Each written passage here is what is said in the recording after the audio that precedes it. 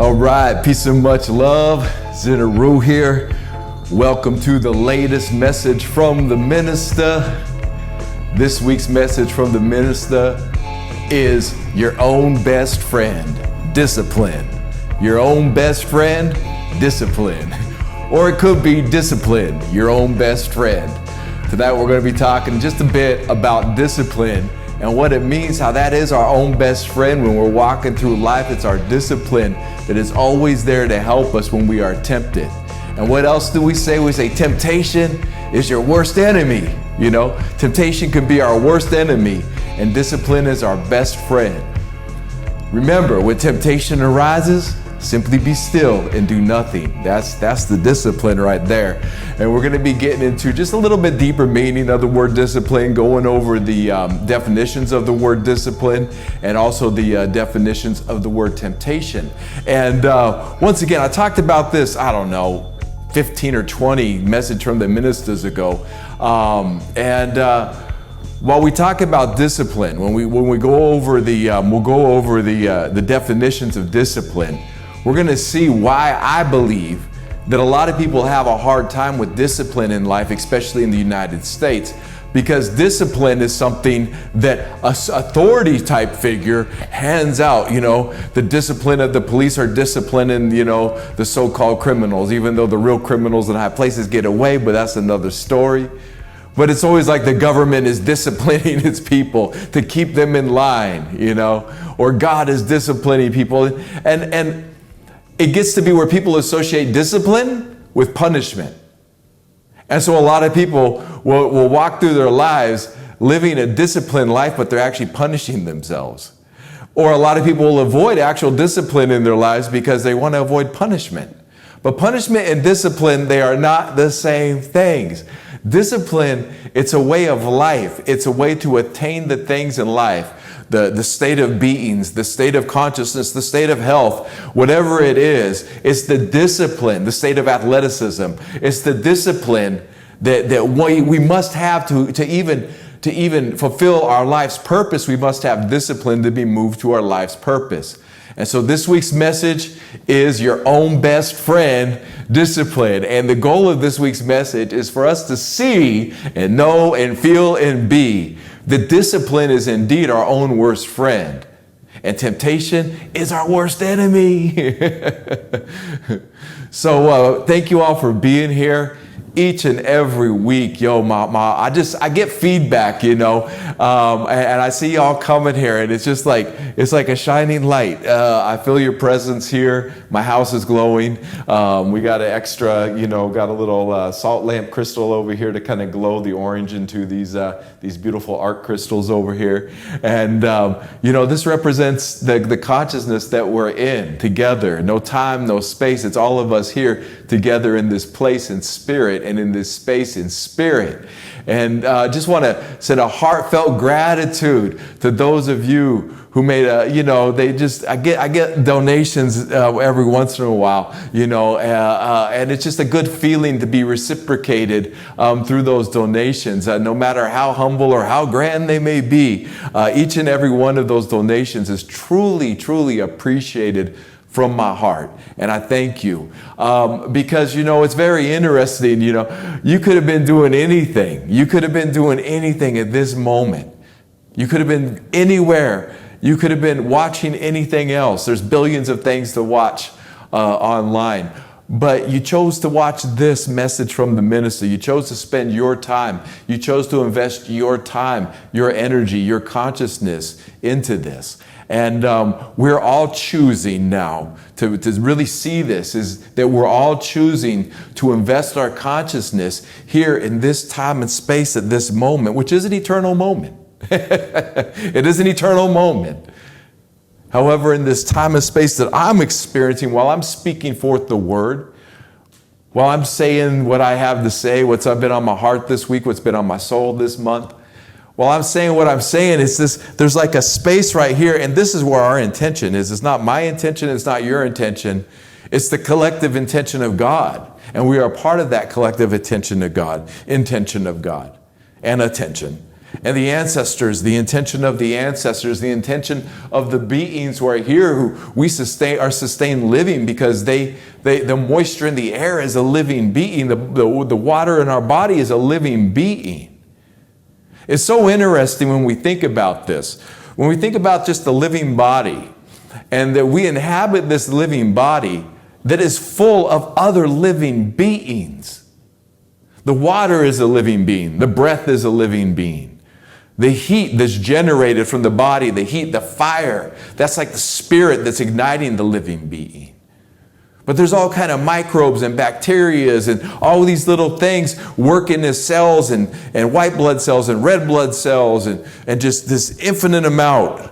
It's always processing, moving, and we're changing and more metamorphosizing right in front of our very eyes, although we don't really see it all the time. Or anytime. It almost looks stationary. But we're a collection of all these little beings, our body, and we can move these little beings around. I think that that's God's way of showing us sometimes how we might even appear to God, like a microbe in the body, right? A microbe in the body of God. These little things in our bodies, they have their own intelligent movement, they have their own purpose, and they have their own discipline. And that's like us. Now, everybody's purpose is not the same purpose. That would be boring. Everybody's discipline isn't always the same discipline. That wouldn't work. You know, a firefighter's discipline has to be different than a chef's discipline. A firefighter has to stay in physical shape to fulfill their job, to carry the heavy hoses, to climb up ladders and throw somebody over their shoulder, to wear the heavy coats that keep them protected in the fire. A firefighter has to have a certain physical attribute, a certain physical, that's part of their job. They go to the firehouse and they work out at the firehouse. Now, a chef just has to be disciplined in their knife work, in their cutlery work, in their timing, in their sense of smell, in their sense of taste, in their taste buds. They have to be disciplined in that. They have to be aware, like while they're at work, they have, especially fine chefs, they have to taste a little, rinse the water out, and keep their palate clean so they can't numb their palate down with too much. They have to keep their palate sensitive and sharp. And so it's a different discipline with even the way that they eat and the way that they taste and smell food. Because if on one night their smell and sense of taste is off and people are paying $400 for the meal, you know, a family's paying $400 for the meal at this nice restaurant, $1,000, $4,000, who knows, at this fine restaurant, and his sense of taste and smell is off, he's not going to be able to, and he puts out an inferior quality of food. They're going to know, and he could lose his job eventually if he shows up too much like that. Or a firefighter, if he drops somebody all the way down the ladder because he's out of shape, he's going to lose his job maybe, you know. So this is where it is. And a lot of times, you know, when you meet a firefighter or a chef, a lot of them have that as their purpose. They always wanted to be that. You know, not a cook. Not even a cop, maybe cops, I don't know. I don't be talking to no cops, but firefighters, you know, nobody has a fuck the firefighter song, right? So anyway, just thinking about these dudes, man, my homie back in the day was a firefighter, and up in the mountains, right? These guys were like they were like a Delta team in the military. They were called the Hot Shots, and they would get helicoptered in, and these dudes would jump out of the helicopter with like their backpack, some axes, and a chainsaw, like a little handheld chainsaw, and they drop off like certain equipment there. And they'd drop them off the helicopter to take off, and these guys would work day and night, 24 hours a day. They'd dig little trenches if they had to sleep for 10, 15, 20 minutes, like little power naps, because this forest is burning down. And so when the forest is burning down, these guys have to go cut lines of trees so that they create a barrier where the forest fire can't jump across. And so these guys go out there and they'll have like cabbage and whatever food that they can carry with them. But they're out there for days on end, right? Their families are back home. They don't get no word from them for weeks at a time. And so, you think about that, that takes a certain level of discipline. So this is my homie. We used to work out in jiu-jitsu class together. And he had to keep a certain discipline while he had that job, a certain physical fitness discipline and a sharpness of mind discipline too. You can't be out there fighting fire and start having self-doubts about your abilities. You can't be out there having emotional breakdowns when not only your life, but other people's lives are counting on you. So it's not just physical discipline, there's an emotional and a spiritual discipline that takes place. And so the reason that I bring this up is because look at your own life. You might be mastering disciplines and arenas of your own life and not be aware at the mastery of discipline you have, but also be aware that I need other discipline in my life. So instead of starting over from discipline, start from the area of strength. Start from the area of empowerment. If you're just showing up at a job day in and day out, that is such a high level of discipline. To just show up to work on time is a high level of discipline for most people. Now it becomes routine and mundane and I don't like doing it. So but I used to do it. And I realized that when I had that discipline, when I used to do it, show up to work every day on time, day in and day out, week after week. When I used to do that life, when I started running around with the temple of hip hop, that discipline of a day in and day out process actually served and worked to my advantage. So maybe there's things in your life that you need to change. You need to work towards to fulfill your purpose in life. Certain things you may need to cut out. Certain things you need to bring in. But instead of starting from that place of oh man, I need to discipline myself. I got a lot of work. Instead of the burden, look towards the blessing. Where are you already disciplined? I'll say this, if you haven't had a job and survived on your own with the hustle, that takes a discipline too, the discipline of the hustle. As an artist, it takes discipline. There's so many other distractions. I say it all the time. The earth is full of wonderful distractions, and they're not even like temptation, Get away from the Judeo-Christian idea of temptation. And it's just look at it as a distraction even. Distraction is our worst enemy when it comes to fulfilling our purpose. And if we're truly committed to our purpose, even distraction will actually lead us to our purpose, if that's what we're honed in on. But this world is full of distractions, and like I said, they're not evil. We want to get away from that. Temptation is evil. Is temptation always evil?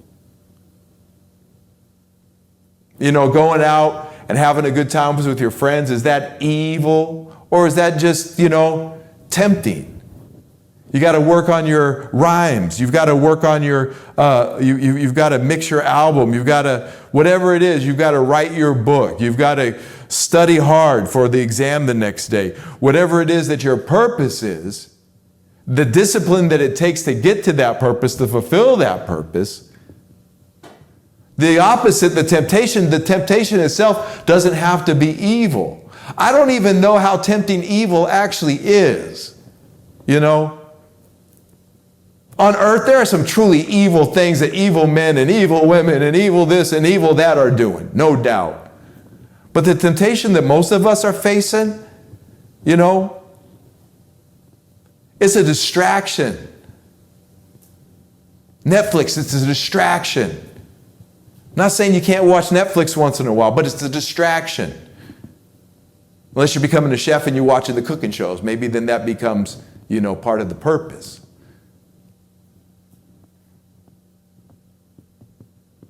Other distractions in life is like getting too much property and too big of a house that you've got to take care of so much that you're spending all of your time and all of your energy taking care of this house, but not getting to take care of this house, the body, the mental house, the space of the mind, having time to think. Thinking is a discipline, and if you notice in 2021, it's a forgotten discipline. A lot of people don't think. They'd rather somebody or something else do the thinking for them. Now, hippopotamus, we can't fall for that trap. We can't be having people think for us. We got to be disciplined to think and then disciplined in our thinking. What are we thinking about? Because most discipline comes mental. If you're going to discipline yourself to eat, you have to think first about how you want to eat, how you're going to discipline the body and the mind to eat right. Recently, I like to add things here and there to my discipline. And, in the past, I've had to take cold showers just because, didn't feel like paying the gas bill or the heat bill or the electric bill. And I'm like, screw it. I'll just wait it out. How did our ancestors live without electricity? Gone a week without electricity, 2 weeks without electricity, and cold showers and got a little propane stove. Life was good.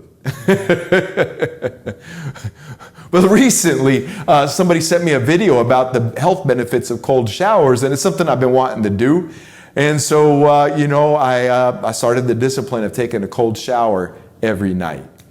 And it's changed, It's changed the way my body feels. It's changed the way my back feels and my joints feel. It's changed my vitality. I have more energy in the day, even when I take the cold shower at night to clean up from the day. I have more energy the next day. My thoughts are clearer and cleaner and I think quicker. My nervous system is less irritable. My digestion is working better. My testosterone is higher. Now, I heard about some of those benefits on the video. It was a quick video just talking about some of the health benefits of cold showers. And so I started taking the cold showers. And the very first day, I was like, okay, I'm going to do this. I'm going to do this. Okay, I psyched myself up. I was like, get my body all ready, just monkeying it up. Just getting some inner heat built up. I jumped in that cold shower. It's feeling good. I was like, woohoo! I was taking that cold shower. Had some hardcore rock playing, and I was just feeling good. I took that cold shower and I came out and it was just like refreshing. I felt great. The next day though, I was like, I don't know if I need to take a cold shower. That was fun. It felt great, but the hot water be calling. My neck's a little sore. Maybe a little hot water on the neck would help. And so I took the hot shower. I didn't sleep as good that night. And I was like, that's interesting because I read that the cold showers, you sleep better. If you take a cold shower before bed, you're going to sleep better than if you take a warm shower. And so I was like, okay. So I didn't sleep good that night. So I was ready the next day. I took that cold shower again, slept great. Did it again, slept great. Did it again, slept great. And then I started noticing my neck was feeling better. And my body was more fluid. I stretch and do yoga and exercise and stuff. But this was different. I wasn't stretching out to get the crinks out and stretch out the sore muscles, It was just like better. I started realizing that my body is really enjoying the cold showers. And then, I don't know, the last month, 6 weeks, I don't really remember how long it's been. It's to the point now where I don't have to psych myself up for the cold shower. I look more forward to taking a cold shower than I used to look forward to taking a hot shower. Where I had to psych myself out at first to where now my body's expecting it, wants to feel the cold shower. It wants to be reinvigorated. It wants that charge from the cold shower. And at 48 years old, you need all the help you can get, my friends, my nobility. You need all the help you can get. Now, the homie up in Canada said, there's ice on the ground. It's snowing all the time. I don't know about all that. I know when I lived in the mountains and my electricity run out, there was snow on the ground. It wasn't as cold as Canada. But man, I had no choice but to take the cold showers.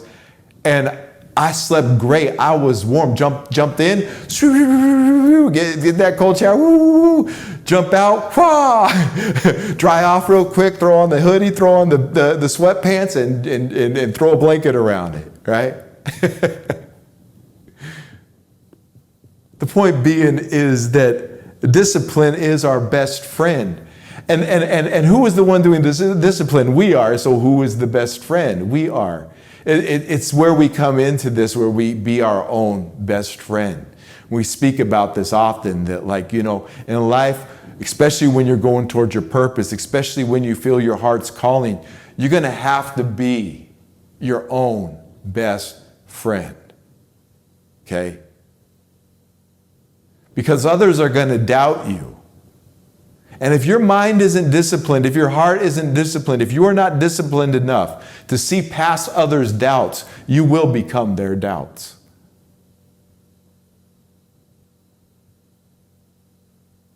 You don't want to become other people's doubts. You want to become other people's fears, other people's demons. Who wants that?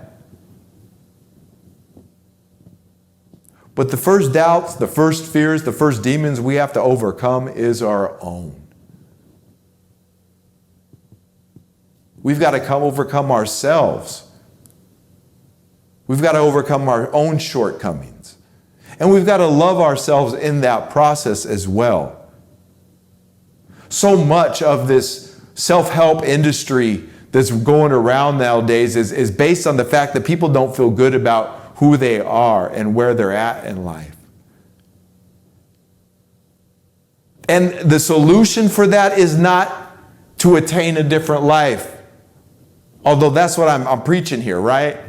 But that's not the solution. The solution is loving and accepting yourself with who you are and where you are right now. Accepting and loving that you desire change in your life.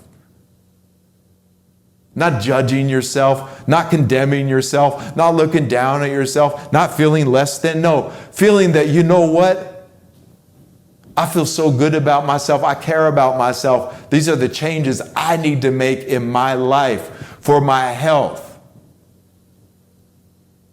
And while we're talking about discipline for health, the discipline that we give to our bodies to have a healthy body isn't just for us. It's for our family members too. You don't want to be 65, 75, 85 years old and be a complete burden to your wife or children or husband or whoever it is that has to take care of you, even society. They don't teach this, I don't hear people talking about this, but your discipline of your physical needs, of your diet, of your weight, of your mental health, all of that, of your heart, of your liver, of our kidneys, of our organs, of our blood, of our bones, all of that discipline isn't just for us, it's for those who care about us too. And if nobody cares about you, discipline yourself and get yourself where you need to be. And once you care about yourself, you'll find others that care about you.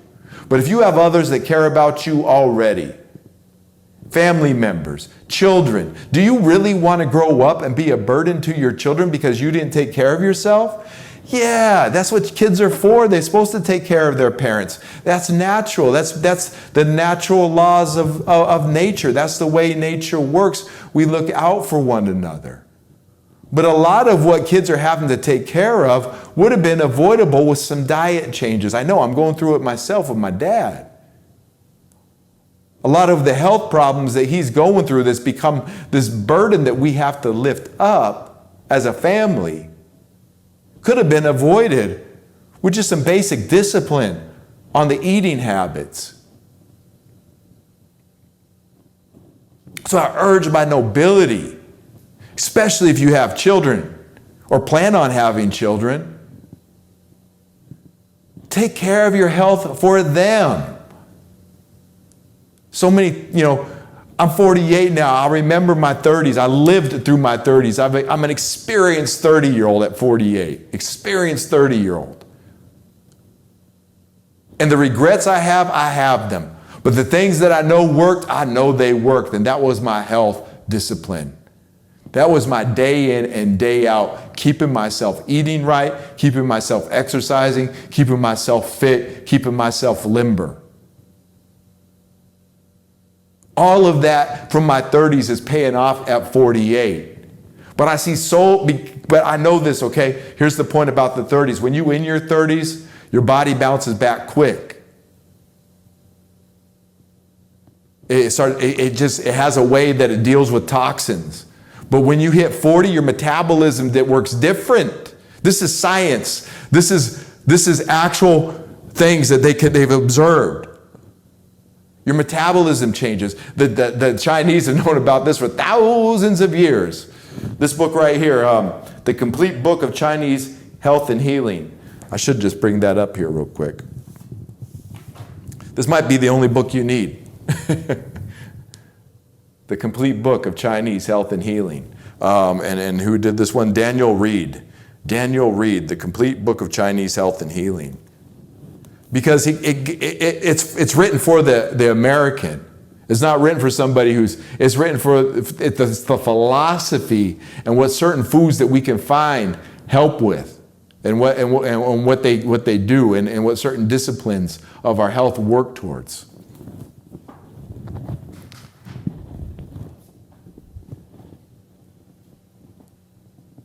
But so many people, the point being is that they talk about how the metabolism changes after each decade in that book. So those of you who are in your 30s who think I could keep living this lifestyle and keep doing this, look at those who are in their 40s who are doing what you were doing in your 30s. Look at those who are in their 50s now who are doing what you were doing in your 30s and doing in your 30s. Because I've seen a lot of 50-year-olds who've literally drunk themselves into brain damage. And I don't know if it's permanent. I don't think it is. The body, the cells will regenerate in the brain if given the right nutrition, given the right diet, cutting the alcohol out.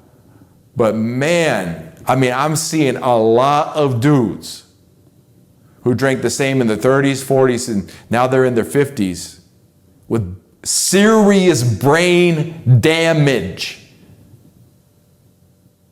Not just when they're drinking, but the whole time. It's brain damage. The body's a temple. I'm not judging nobody, but I'm seeing the effects as I get older and realizing what those certain effects are and what's causing those effects. The root cause is lack of discipline, but what is the lack of discipline? Take care of your body for the future, not just the future you, but the future of your family, the future of those who care about you and who depend on you. Let's take a quick look at these words, discipline and temptation, because that will get into the second half of this, and then we'll read from the Gospel of Hip Hop. I also have the I Ching Book of Changes today. Let's look at temptation first, because I want to talk about discipline. We'll put temptation up here. Really, it's just to tempt. Tempted, tempting, tempts. Definition 1A. Remember, temptation is our worst enemy. So this is going to explain what our worst enemy is.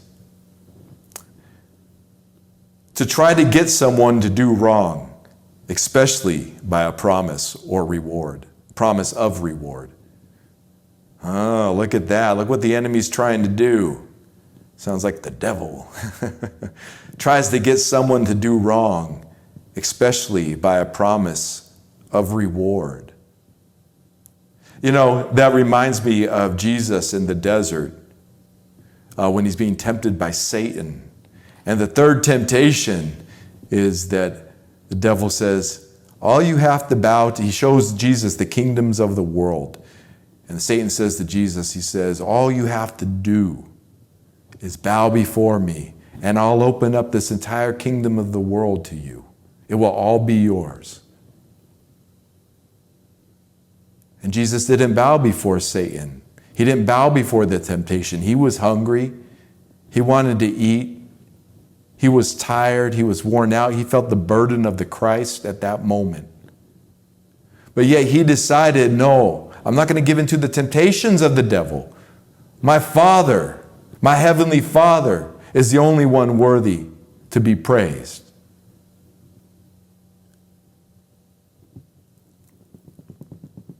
To try to get someone to do wrong, especially by a promise of reward. That reward was, you're going to get the whole world. I promise you, as long as you do what's wrong. And see how that works? So often in our lives, that temptation is to get someone to do wrong, especially by a promise of reward. And maybe that promise is just something simple too. You got to work on your album, and your friend's trying to get you to do wrong. He's not the devil, he's not Satan, but he is the tempter. He is the one playing the tempter in your life at this moment. He's saying, yo, let's go out drinking tonight. And you're like, no, I got to work on my rhymes. Say, oh, you work on those later. I haven't been to town for 2 weeks. Come on, man, let's go out. Let's have a good time. And you're like, I got to work on my rhymes. He's like, come on, let's go. The reward that he's tempting you with is a good time. Now, discipline, on the other hand, is asking that you write your rhyme. Definition number 2 of tempt: to be inviting or attractive to. A second helping tempted me. We refused the offer even though they tempted us. To be inviting or attractive. See, now temptation comes too. They say the devil comes dressed as an angel of light. That's temptation right there. That's the good times. That's the glitz and the glamour. That's all that stuff that they tempting you with all the time. They tempting your time away from you at work so you can buy things you don't really need. But it's inviting, it's attractive, you know. A lot of those things that we don't need in our life are really attractive. Definition number 3. Oh, it's synonymous with to lure somebody in. You can catch a fish with a fishing lure. To provoke or to risk provoking. Don't tempt fate. So see, you don't want to tempt fate by going out with your friend and drinking when you know that you got a deadline to get this rhyme written because you're going in the studio.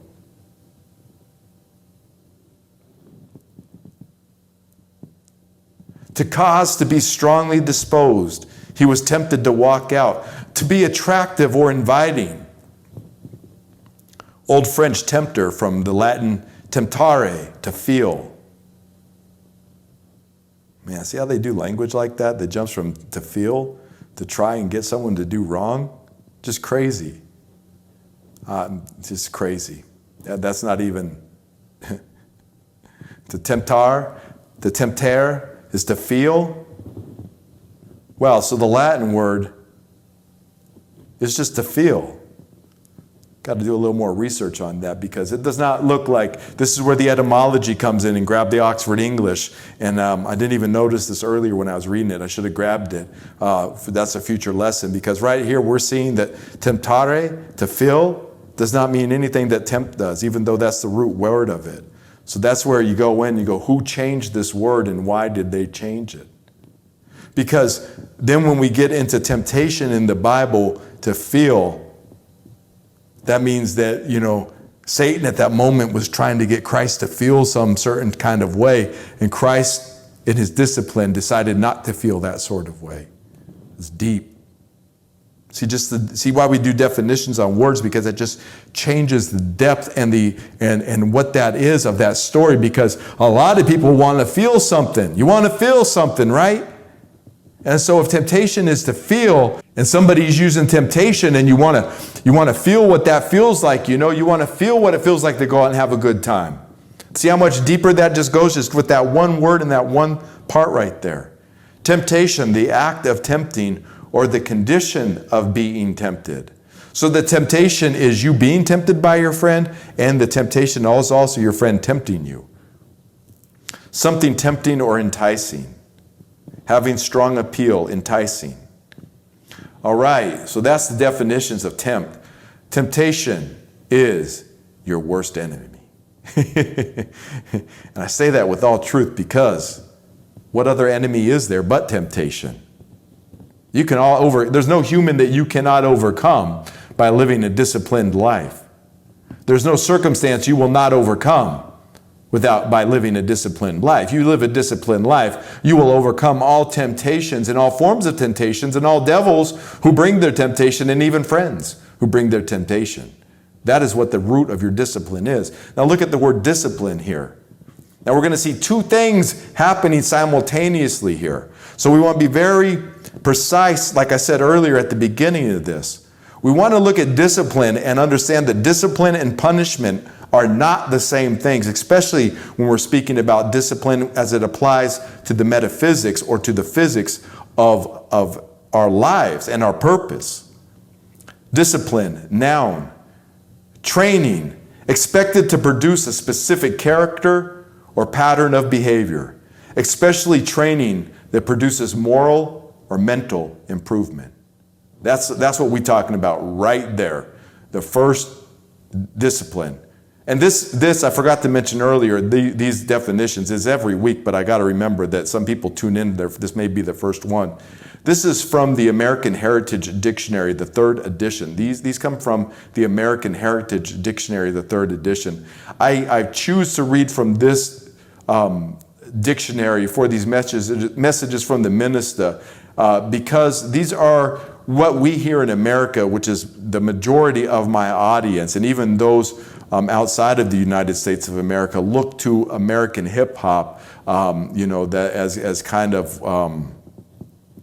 how we interpret certain words. So shout out to England. I know you guys you guys understand English. It's your language, but this is American right here. Discipline, training, expected to produce a specific character or pattern of behavior, especially training that produces moral or mental improvement. Moral or mental improvement, training. See that? It's not just about the body. In fact, they don't even have the body even in here right here. A specific character or pattern of behavior. Character is king. That was last week. Discipline brings you to your character. Discipline will bring you your crown. Discipline will lead you to your crown of life. Discipline definition number 2, controlled behavior resulting from disciplinary training, self-control. That was jumping in the cold shower. Controlled behavior resulting from disciplinary training, self-control. My self-control was avoiding the hot water. My self-control was just jumping in that cold water and going for it. Definition number 3A, control obtained by enforcing compliance or order. Now see this once again. Now, it's very interesting because there's 2 things going on here. Control obtained by enforcing compliance or order. You know, me and my brother were some unruly kids. My mom enforced compliance and order upon us, and control was obtained. She disciplined us. My dad, too. But when my mom disciplined us, control was obtained by enforcing compliance or order. We were wild little boys. She had to bring out the belt. Hey, we grew up in the 80s, right? I did. But see how that is? And enforcing compliance or order, my kids, it was a timeout. They hated a timeout. I didn't have to spank my kids. They literally hated a timeout. And if the timeout wasn't working, they hated a lecture from me. I realized that my kids hated nothing more than a lecture from me. So when I needed my children to, I needed to obtain control with my children by enforcing compliance or order, and they were being uncompliant and disorderly, they would get a lecture from me, and a long lecture, and a lecture that they would sit there and squirm in their pants, could not wait to be done with the lecture. And then they would get some more. So I could have control as the parent and obtain compliance and order with these unruly little kids. Definition number 3B. But see, and flip that. Now, when it comes to government control obtained by enforcing compliance or order, we start getting into the police, and we start getting into the corruption of the court system, and we start getting into child support, and we start getting into custody battles, and we start getting into property disputes, and who owns what, and this, that, and the other. Now we get into what is punishment. Because there is a punishment that comes from the government that is not discipline. It's not disciplining anybody. In fact, it's creating a form of lawlessness. So be wise, understand, know what discipline means, and look for those places in your mind where you might be afraid of discipline because of government or religious punishment or punishment from society in general. Definition number 3B, a systematic method to obtain obedience, a military discipline. Now, once again, there's 2 meanings here, because the military discipline, soldiers have to be disciplined They have to be disciplined in the way that they don't want to be out on the battlefield and not be able to run a mile. They have to have certain physical discipline. They have to have a certain discipline to do that. And the military discipline upon a population, like, the United States going into Vietnam and trying to discipline them into a way which is really not discipline, it's punishment, or because they wouldn't listen and do what the United States was asking. See, that's where I think there's a big disconnect, and why a lot of people are overweight, and a lot of people are mentally ill, and a lot of people aren't achieving what they want to achieve in life, because it does require discipline, but they associate discipline with government and colonization and punishment. Even organizing a group of people requires discipline. And people are afraid of that discipline that it takes, because they associate discipline with this: military discipline, colonizer discipline, authoritarian discipline. Definition 3C, a state of order based on submission to rules and authority. Then it says a teacher who demanded discipline in the classroom. That's different. That's more of the control obtained by enforcing compliance or order from an actual, somebody who was meant to do that. A teacher at school wants to maintain some kind of order in school. So there is going to be certain discipline that has to take place there. The discipline is that kids need to be quiet while they're learning, or need to be involved and speak out while they're learning. But see how this one word has two meanings. Each time overlapped each other. Submission to rules and authority. Oh, what? The master with the whip, and we just supposed to be slaves? Like, what the fuck, I understand why people have a hard time with discipline, is the point of this. But discipline is your best friend. And realize who your best friend is. Your best friend is not punishment. Your best friend is discipline. Punishment is from the colonizer. And we'll deal with him later. But first we got to get disciplined with ourselves. When we're disciplined with ourselves, we'll kick his ass and he's done. Definition number 4, see, punishment intended to correct or train. That's like a zoo. They want to correct and train zoo animals, and so they punish them. That's not discipline, that's punishment. They are not synonymous. And once again, this whole lesson goes into a deeper etymological lesson where we're going to have to pull out the Oxford English. Because punishment and discipline are not the same words, but they've been squished together by the colonizer. A set of rules or methods is those regulating the practice of a church or monastic order. Yes, discipline. The monks, the Shaolin monks are masters of discipline. That's that discipline right there. A set of rules or methods is those regulating the practice of a church or monastic order. That's the Shaolin monks. Number 6, and the Temple of Hip Hop. The 6, a branch of knowledge or teaching. That's a discipline. The gospel of hip hop is a branch of knowledge or teaching. The gospel of hip hop is a discipline, especially the divine performance is a discipline. These are the verbs. To train by instruction and practice, especially to teach self-control to. Now we're getting back into what we do. To teach to obey rules or accept authority. See, synonymous is teach. And obeying rules and accepting authority, we got to start looking at these words, because the colonizer is not authority. Authority is God. Divine order is authority. Universal law is authority. Obey the universal laws. But these fake rules that these colonizers give and this fake authority, they have no authority over anyone. It's all an illusion at the barrel of a gun. See, synonymous with teach. In this way, a discipline is synonymous with to teach. Definition 3, to punish in order to gain control or enforce obedience. Once again, synonymous with punish. It's not synonymous with punish. To impose order.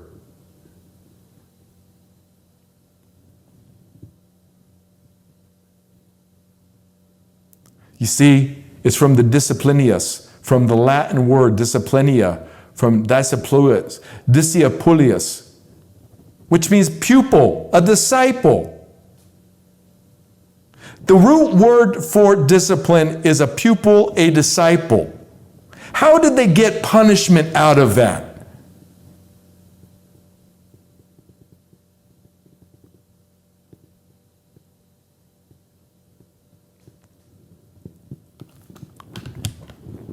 I'm getting a little worked up here because I appreciate discipline in life. I live a disciplined life. And discipline is the only thing that's gotten me through. How's God going to help you if you're not disciplined? If you weren't disciplined with your rhymes and you show up at the studio unprepared, how's God going to help you? If you've got the big demonstration, you got the big show to do the next day, you're a DJ and you got the show to do the next day, but yet you was up, all night eating chicken wings and drinking beer, waking up puking, and now you got a fever and mucus and you're supposed to go do your big show. How's God going to help you then without the discipline?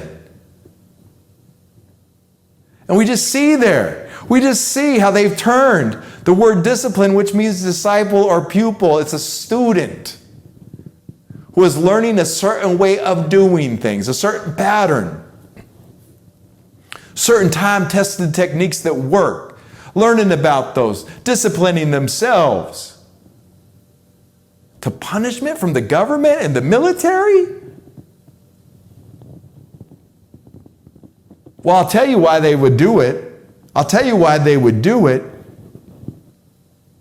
So those of us organic human beings out here who know that we need to organize, who know that we need discipline to achieve our purpose individually and collectively, we know we need that discipline, but when we think of discipline, we don't want to be like the colonizer and be punishing anybody. So we're so afraid of discipline because we don't want it to be associated with punishment. It's not. The illusion is the colonizer. The illusion is the media. The illusion is the government. The illusion is the police. They are the illusion. Their words are illusions. They cast spells. We break those spells here. We're breaking this spell and getting into the heart of what discipline actually is. Now, I didn't like being spanked by my mom, but I understand it as I got older. I understood it.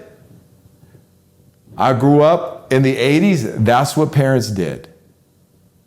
I got no regrets. I got no anger. It's only love. Now my kids, they didn't like the lectures. They might think that that was the worst thing and they might go and find a new way to keep law and order in their house. Maybe it's a meditation. Maybe there's a way to prevent it, But that's with kids, right? There's a certain discipline that has to come with. You have to be disciplined as a parent yourself, not to lose your temper. And you have to be disciplined yourself as a parent to make sure the kids are clean and healthy and, and well fed. There's all kinds of discipline that comes along with being a parent. And my nobility, I'll say this. For us to get where we need to go, for us to get to the promised land, we are going to need discipline. We're going to need it. All of the discipline. All of it working together. The physical, mental, and spiritual, soulful. We're going to have to be physically fit, mentally sharp. We're going to have discipline in all those arenas. Or we're going to get things that just don't last because our discipline wasn't the foundation. Discipline is the foundation.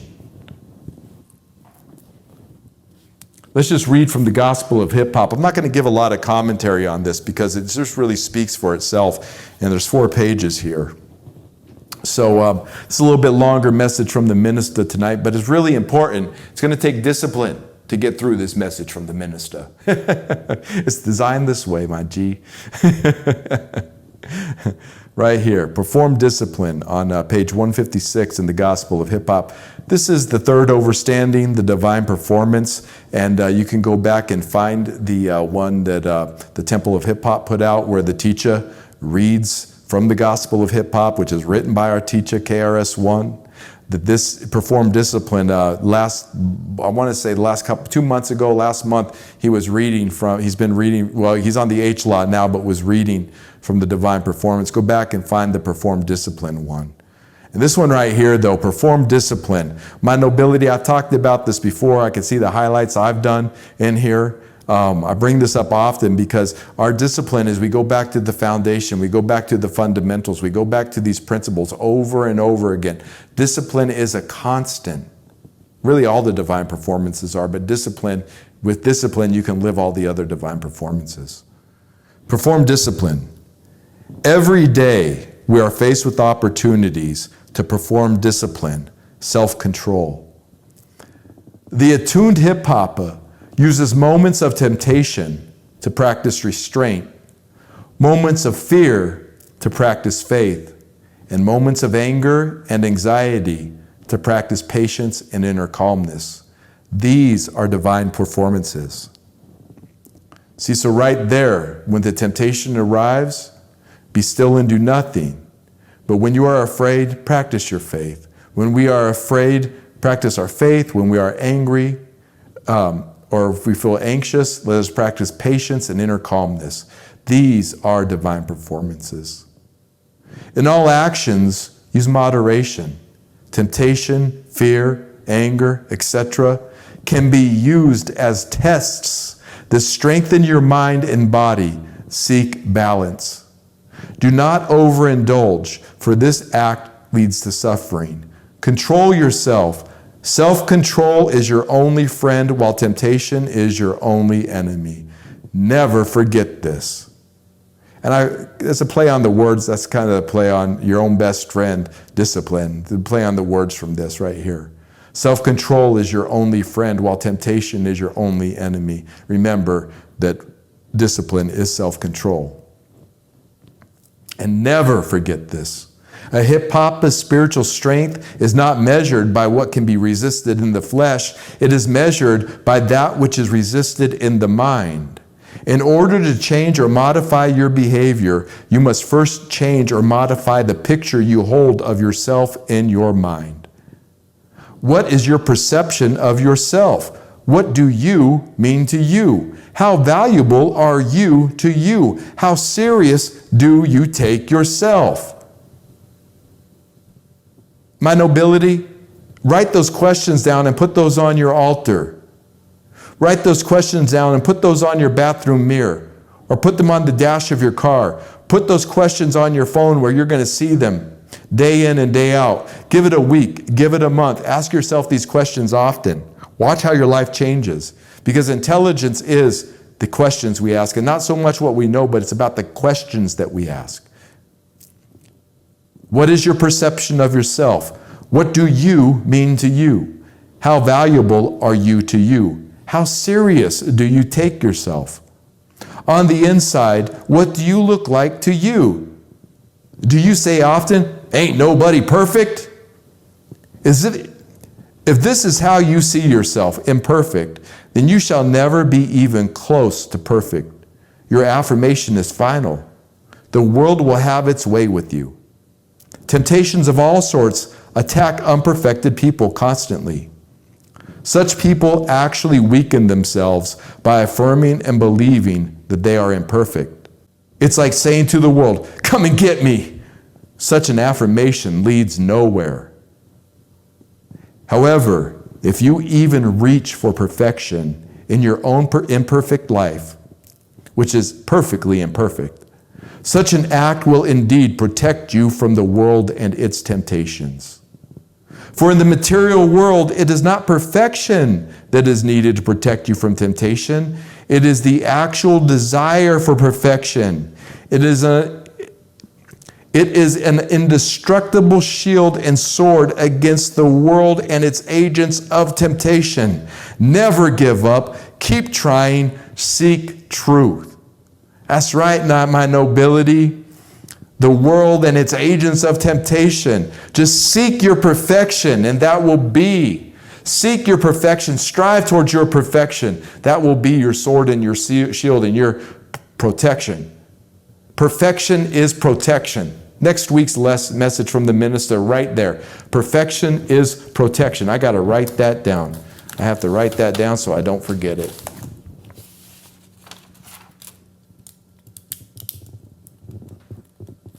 The truth is that temptation is always temporary. All temptations are spiritual tests. Therefore, when you are tempted, it is very important to be still and not say or do anything. Indeed, the temptation shall pass. And see that highlight right there? My nobility. This is the key to success. This is key. Therefore, when you are tempted, it is very important to be still and not say or do anything. Indeed, the temptation shall pass. Try to remember that temptation is always temporary, but if you give in to it all the time, its unpleasant after effects can last a long time, even a lifetime. In addition, resisting temptation strengthens one's faith. It is like lifting spiritual weights or exercising. Resisting temptation strengthens one's spiritual vitality. However, the question here is, why should I resist temptation? Answer, because satisfying the call of temptation, as opposed to the call of purpose, leads to guilt, which can weaken your faith. Therefore, we must take advantage of temptation. We cannot allow temptation to take advantage of us. When you know in your heart that you live righteously and your mind is focused only upon the fulfillment of your divine purpose, you expect the favor of God. And it is this expectancy that is at the center of one's faith and courage. But when you know in your heart that you are guilty of actions that you perceived as spiritually weak, evil, or immoral, you do not expect the favor of God. You hide from the presence of God. And it is this expectancy, expecting not to receive the favor of God, that is at the center of your doubts and fears. It is your own guilt that diminishes your faith and thus your ability to achieve your divine purpose. Ultimately, we judge and then we weaken ourselves through guilt caused by our submission to temptation and other weaknesses. Now, doesn't temptation sound more like punishment? When we were reading the definitions of discipline earlier, there was a distinct difference between discipline and punishment. Doesn't the word temptation and the effects of temptation feel more like punishment? Notice that, my nobility. Notice that. Self-control and virtuous living strengthens your faith in God's favor upon you, which in turn enhances your ability to achieve your purpose and even perform miracles in your life and in the lives of others. Self-control makes you certain of your trustworthiness before God, and it is this trustworthiness that empowers your faith to achieve your divine purpose and perform miracles. Spiritual strength is also measured by one's patience and endurance. For when you know in your heart that you live a righteous life and that God's favor is upon you, those things that you do not have, those people that you do not see, and those places that you do not go are all for your own good. Woo! Take comfort in that, my nobility. When you walk in your purpose and you walk in the righteousness of God, those places you don't go, those people you can't see, all of those things are for your own good. Grow where you're planted. Know why you're planted. Know your purpose. You are the freedom you seek. For one of the keys to lasting discipline is when one becomes serious about actually acknowledging the real presence of God. For when you know that God is with you, watching you, listening to you, etc., you need not try to be disciplined. You are automatically disciplined by the presence of God in your midst. Undisciplined people can be said to simply not believe in the presence of God or their own spiritual abilities. They ignore their God and their own access to their own God force. Truth is always with them, but they ignore it. Love is always with them. Peace, wealth, knowledge, healing, etc. are always available to us, but we simply ignore them because we really don't believe that we deserve these gifts. We know to ourselves that we are imperfect because of the temptations that we have fallen to. And with such knowledge, we judge and limit ourselves. Now watch this. See, you got to see what the problem is to find the solution. And what this verse right here, what verse 13 is saying, it's showing you what is happening for most people right now. It's showing you what temptation does. It's showing you the weakened God force that happens within us. But we got to know, you got to know, my nobility, no matter where you're at in life right now and what you're going through, the truth is with you right now. Love is with you right now. Peace, wealth, and knowledge and healing are always available and with you now. See it, be it, and get back on the path of your light and your purpose. Discipline over the desires of the body and mind come when you truly acknowledge the existence and presence of God right next to you. Know this, a true awareness of God causes discipline to automatically happen to you. One does not have to be actually disciplined to keep one's hand off of a hot stove. It is not that you need to restrain yourself from touching the hot stove. It is more the fact that you do not want to burn your hand. In this example, discipline is not only a matter of awareness, it is also a matter of taking care of yourself. It is a matter of self-respect. Again, see the truth of God's actual presence, and discipline is sure to follow. Now see here, my nobility. God's presence is going to have us be disciplined in our word, in our actions, how we treat other people, how we treat ourselves, what we think about ourselves, what we talk about. That's the discipline of God. But notice this at the very beginning of that paragraph. Notice the symbolic nature that, a stove is hot. You don't have to restrain yourself from touching a hot stove. You know it's hot. You don't want nothing to do with that hot.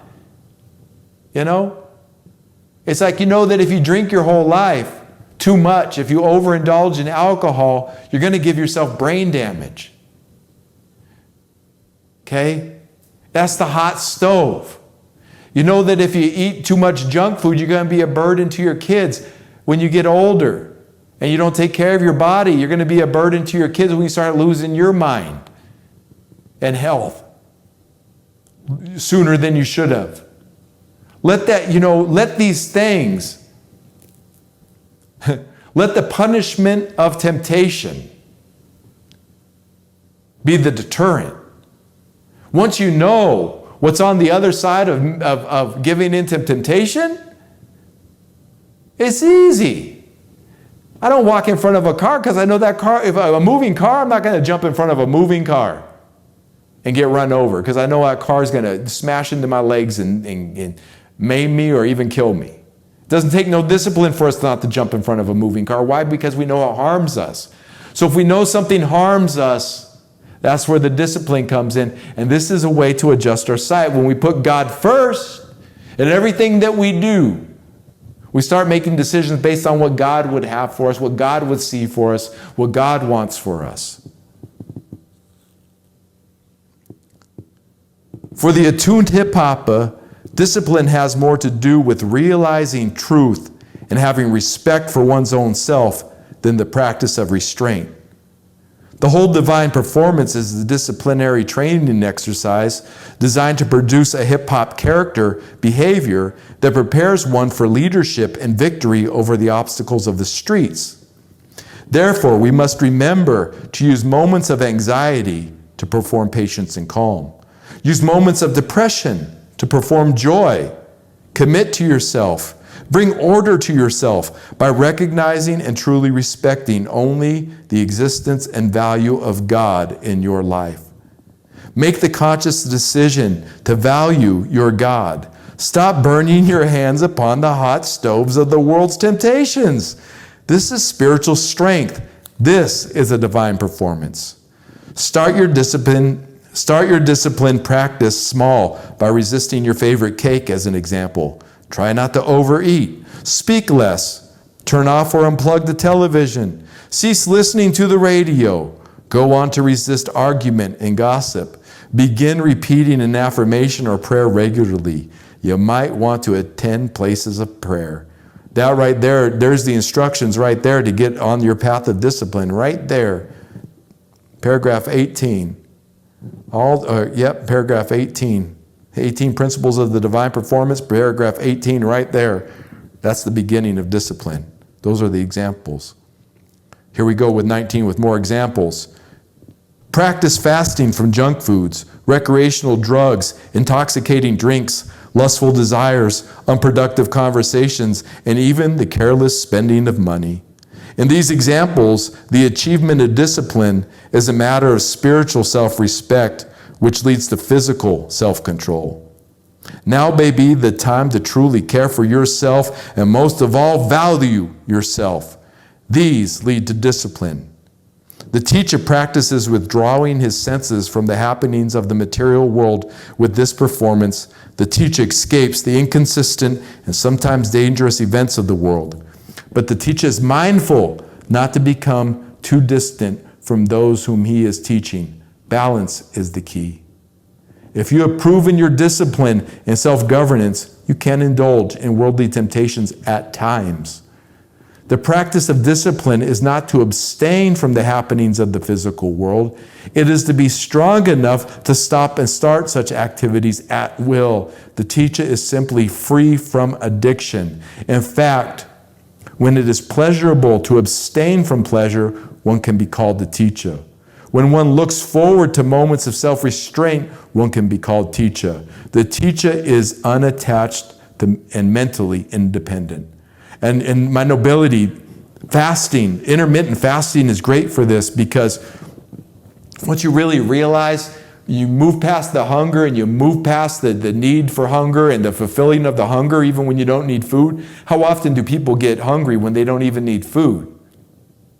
And once you go past that discipline of just being hungry for the sake of being hungry, and you start enjoying the fast, the feelings that used to be called hunger for me, when I'm in a fasting mode, I just feel my stomach gets really clean and soft, and it bubbles all nice, and then my kidneys start working and feeling more relaxed, and my back loosens up, and my shoulders loosen up, and my brain gets a little more etheric in that way. It's a little more in tune with the meditation.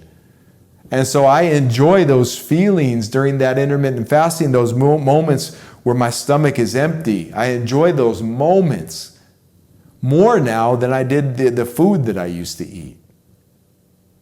So really look at what this discipline does. I enjoy yoga. While I'm going through yoga, it takes discipline to do an hour-long session of yoga and really stretch out the body and really get into the healing of the body and the breath work of the body and the tuning of the mind and the balancing of the chakras and the balancing of the energies. It takes discipline to do that, but the effects of the discipline feel so good. I enjoy it more than sitting there watching, an hour of a TV show. You can even do both. Watching TV while you do yoga, you should concentrate on the yoga, but whatever it takes to get your body healthy. The teacher is not lured nor tempted towards pleasure. The teacher freely and willingly chooses pleasure. The world and its temptations do not move the teacher.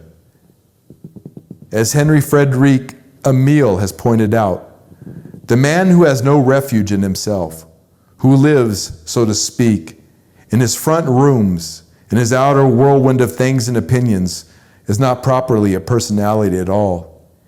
He floats with the current, who does not guide himself according to higher principle, who has no ideal, no convictions. Such a man is a mere article of the world's furniture, a thing moved, indeed of a thing moved instead of a living and moving being, an echo, not a voice.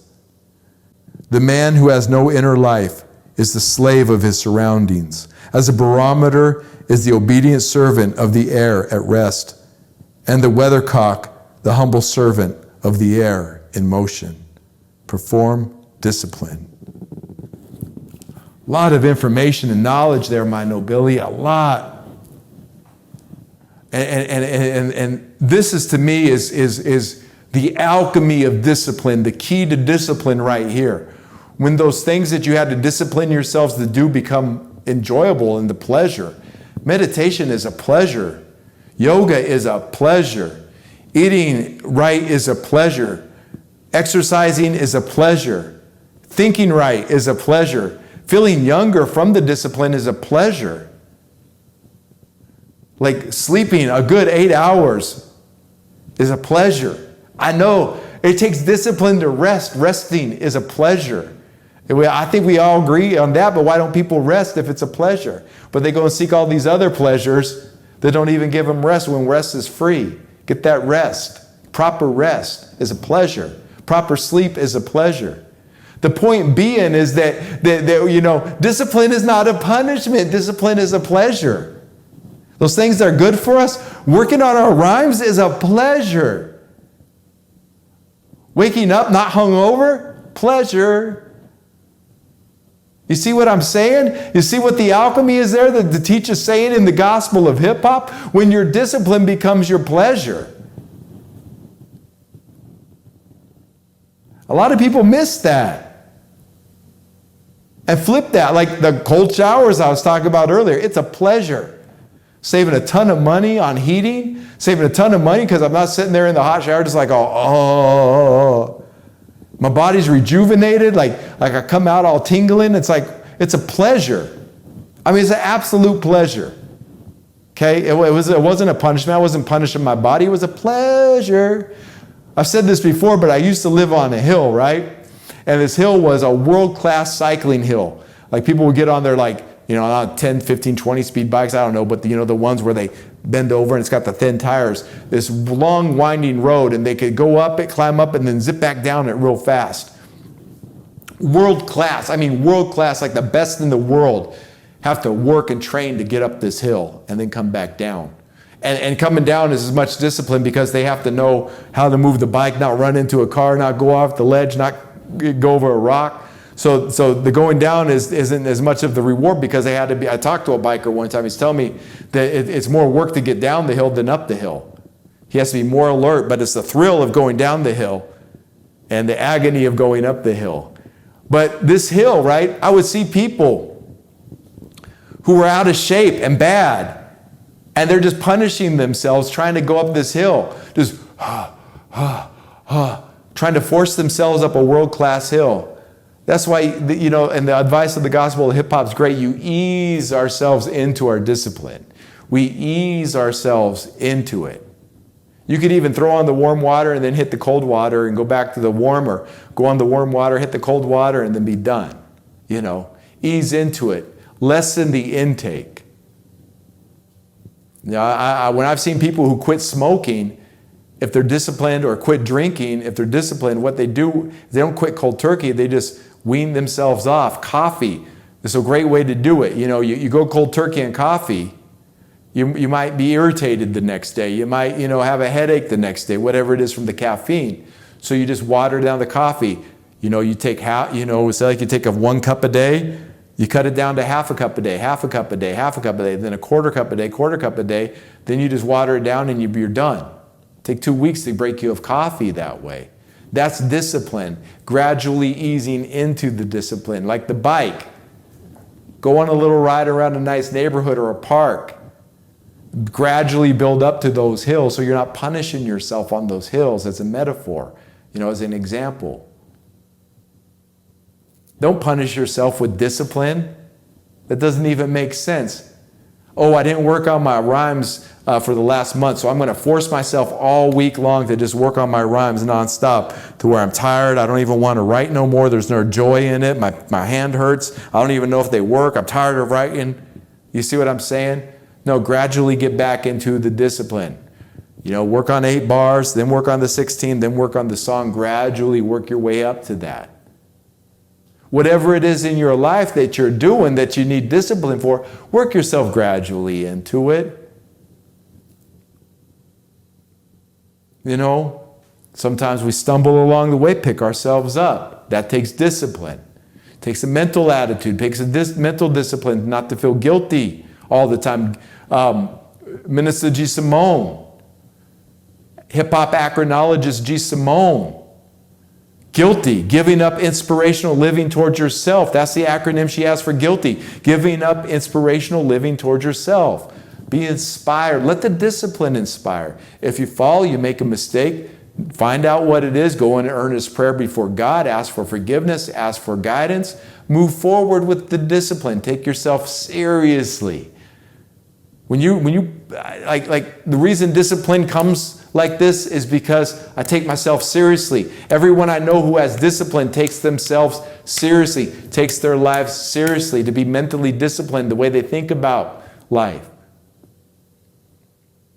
Discipline is your friend. Discipline is our friend.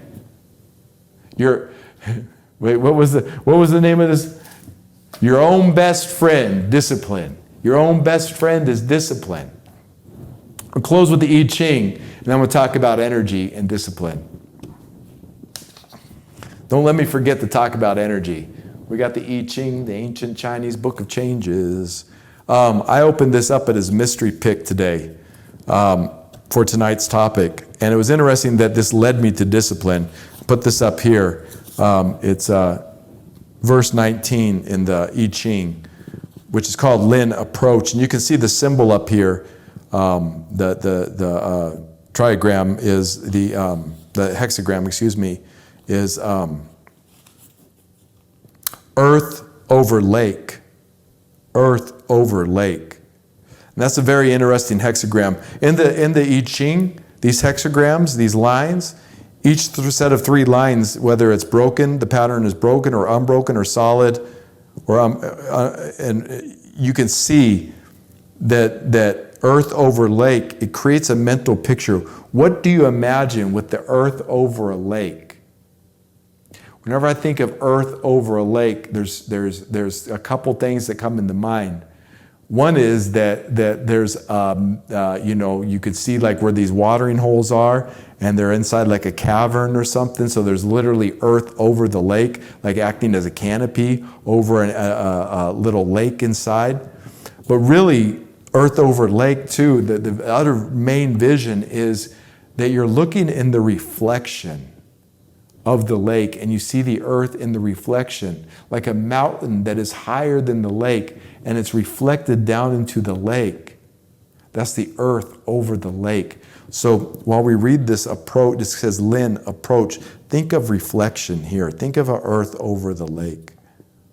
Lin, approach, good approaches the superior person. The hexagram Lin signals the approach of powerful, beneficial influences.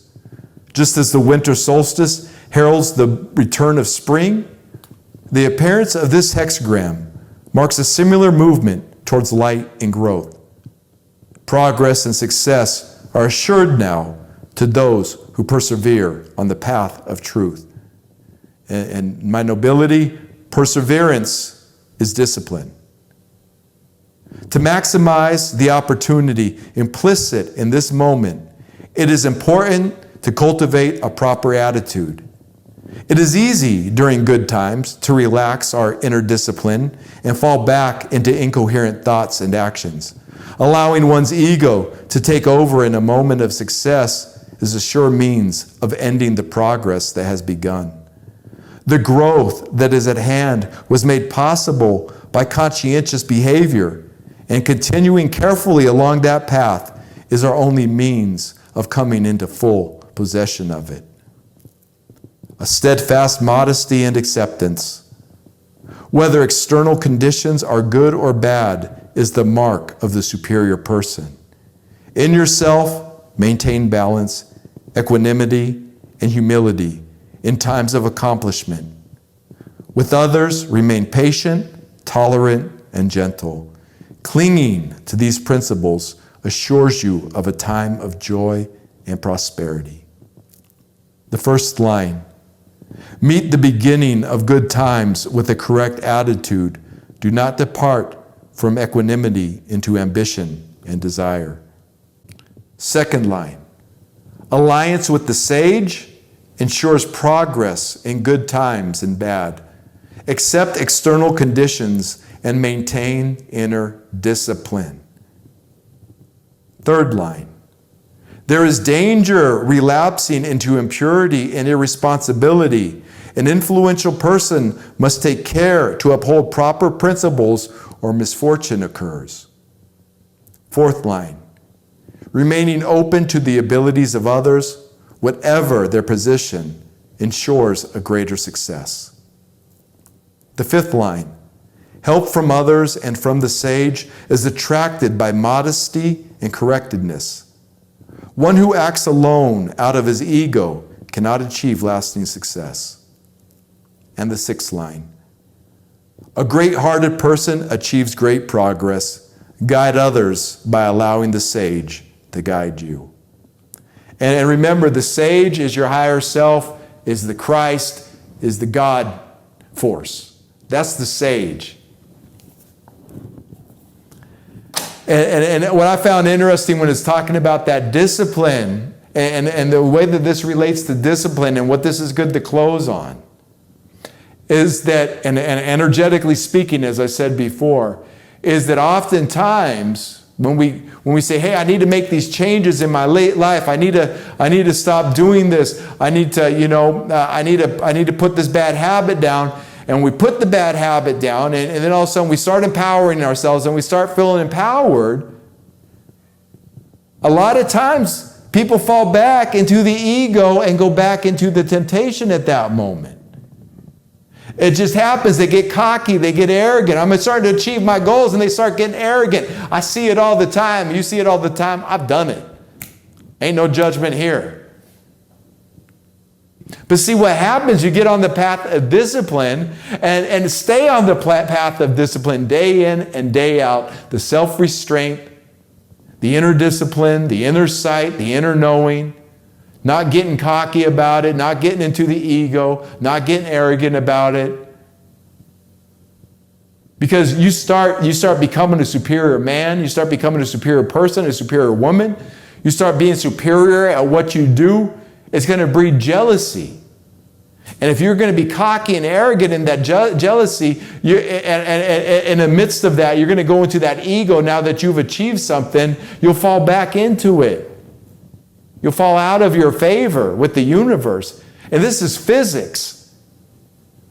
Because there's a certain mental state that you have to be in, that we have to remain in while we're disciplined. And then while our discipline gets us to the goal, we have to remain disciplined to continue forward. The goal's not even here on earth. This is why we got to stay disciplined through the rest of our lives. This is why we don't put discipline down. This is why it empowers us and becomes a strength and a sword and a shield against temptation. Because we are required to be in a certain soul state, a certain mind state. You know, they show the Ma'at with the scales of balance, where she weighs the weight of a man's heart against the feather in ancient Kemet to go into the afterlife. And so Ma'at has the scales in balance.